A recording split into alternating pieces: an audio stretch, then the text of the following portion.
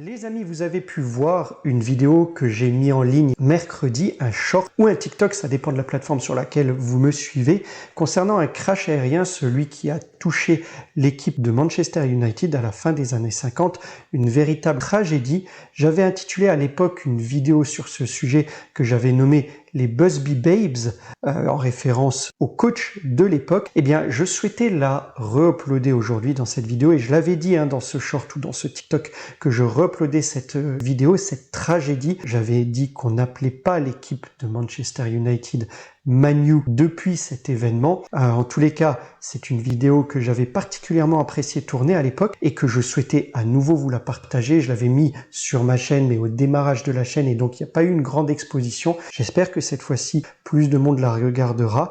J'espère que vous l'apprécierez. N'hésitez pas à me faire vos retours en commentaire. Voilà, c'était simplement pour introduire un peu ce re-upload. Moi, je vous laisse là avec le générique et la vidéo. Bon visionnage, les amis.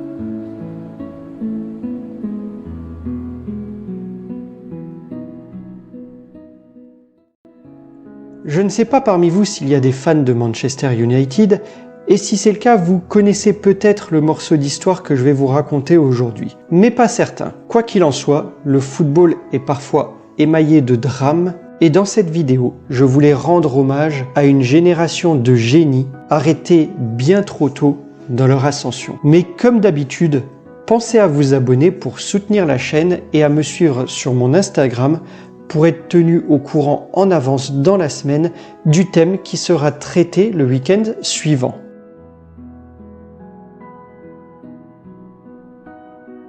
Allez, sans plus attendre, installez-vous confortablement, je vous amène quelques années en arrière, revivre une des tragédies les plus marquantes du football anglais.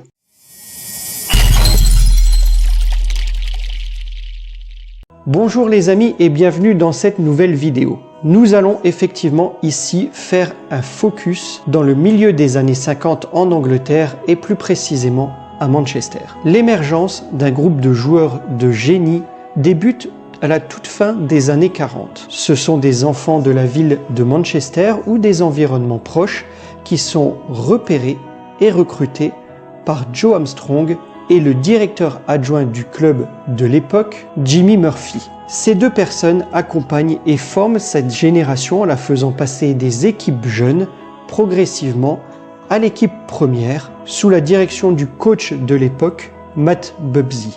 Même si le marché du football n'était pas si globalisé et mondialisé qu'aujourd'hui, cette équipe est tout de même remarquable pour l'époque dans le sens où, au-delà de leur talent indéniable, ils sont formés tous dans leur club d'origine et y évoluent pendant des années. Ce n'est pas une addition de talents d'achat venus d'autres clubs. En 1951, le journaliste Tom Jackson leur donnera le surnom qui restera dans l'histoire, les Busby Babes, en référence à leur coach. Cette décennie, les années 50, marque l'hégémonie de cette équipe, à l'image plus tard des générations comme l'Ajax de Cruyff ou le Barça de Guardiola. C'est d'ailleurs en 1957 la première équipe en Angleterre à être sélectionnée pour participer à la Coupe d'Europe des clubs champions, ancienne Ligue des champions. Alors vous ne connaissez sans doute pas la majorité d'entre eux et moi non plus, je vous rassure. Je ne vais pas vous en faire une liste. Mais les noms de Duncan Edwards, ou de Bobby Charlton ne vous sont peut-être pas inconnus. Le premier, Duncan Edwards, était considéré comme le plus doué de tous, pouvant jouer à tous les postes, des deux pieds, très physique, autoritaire et endurant. Peut-être une pépite à l'instar de Maradona ou Pelé, et je n'exagère pas à en croire ses contemporains. Une pépite, mais partie trop tôt. Et le second, Bobby Charlton, a eu une grande carrière en tant que rescapé de la catastrophe. Ballon d'or et vainqueur de la Coupe du Monde la même année, l'année 1966. Regardez cette préparation physique d'une autre époque, nous sommes en 1957 et vous pouvez voir Duncan Edwards tout à gauche. Leur impétuosité détonne autant qu'elle épate, et elle n'a d'égal que leur jeunesse et leur talent. Malheureusement, leur destin sera funeste.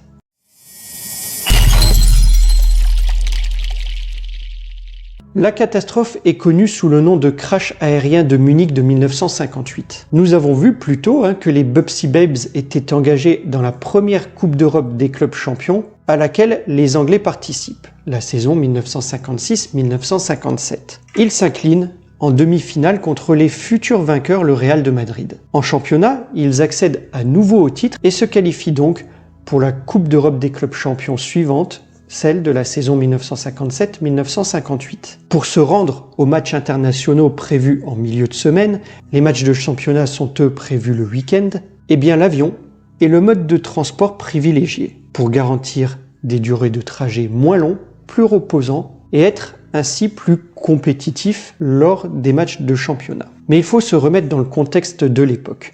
Les vols internationaux ne sont pas aussi sûrs qu'aujourd'hui. Lors des quarts de finale, Manchester United s'oppose à l'Étoile Rouge de Belgrade.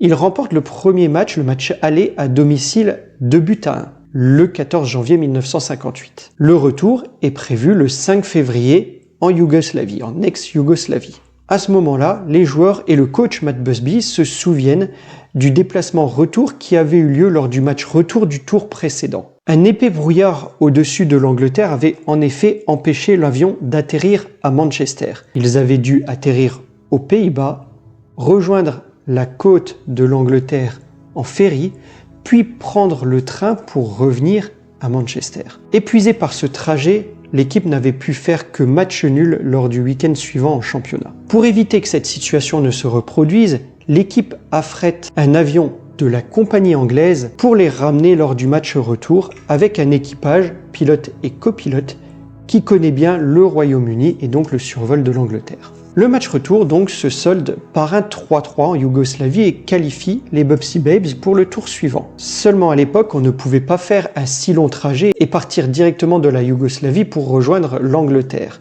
Il fallait faire une escale et l'escale se fera à Munich pour ravitailler. On est en début d'après-midi et vous les voyez ici avant le décollage. Il neige assez fort à Munich en ces débuts février et l'avion tente par 2 fois de décoller sans succès. Une question se pose alors, faut-il repartir aujourd'hui? Certains pensent à passer la nuit à Munich pour se reposer et repartir le lendemain matin. D'autres souhaitent rentrer tout de suite pour être à la maison le plus tôt possible et préparer le match de championnat prévu quelques jours plus tard. Finalement, tous reprennent place dans l'avion pour tenter un 3e décollage. C'est malheureusement un échec. L'avion roule sans arriver à décoller. Il a cependant pris trop de vitesse pour tenter une quelconque autre manœuvre. Il percute une maison et s'encastre dans un entrepôt de carburant. Les images sont terribles.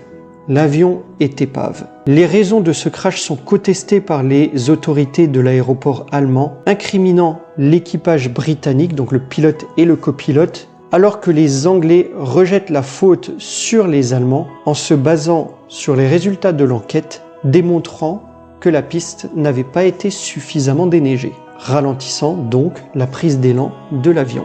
Le bilan est lourd. 11 membres de l'équipe dont 7 Bubsy Babes périssent. Un 8e est gravement blessé et transporté à l'hôpital. Il s'agit du jeune prodige Duncan Edwards. Sur son lit d'hôpital alors qu'il a de multiples fractures et des blessures importantes au rein, il demande s'il sera rétabli pour le prochain match de championnat. Grand amoureux du ballon rond qu'il était. Il ne se remettra pas de ses blessures et mourra quelques jours plus tard, le 21 février 1958, à seulement 21 ans. L'Angleterre pleurant celui qu'il considérait être le futur meilleur joueur du monde, du niveau de Pelé selon son entraîneur Mats Busby et de son équipier Bobby Charlton. Ce dernier dira de lui notamment que c'est le seul joueur qui le faisait se sentir inférieur et que s'il devait jouer pour sa vie et être entouré d'un seul coéquipier, ce serait Duncan Edwards. Les Anglais disent aussi que s'il avait été encore en vie, ce serait lui le capitaine qui aurait soulevé la Coupe du Monde 1966 à la place de Bobby Moore. Voici le visage des victimes. Le gardien de but, Harry Craig, réussit à extirper de nombreux coéquipiers de la carcasse, dont Charlton, ici à l'image, et leur coach, Matt Busby. Marqués par ce crash, certains joueurs arrêteront leur carrière,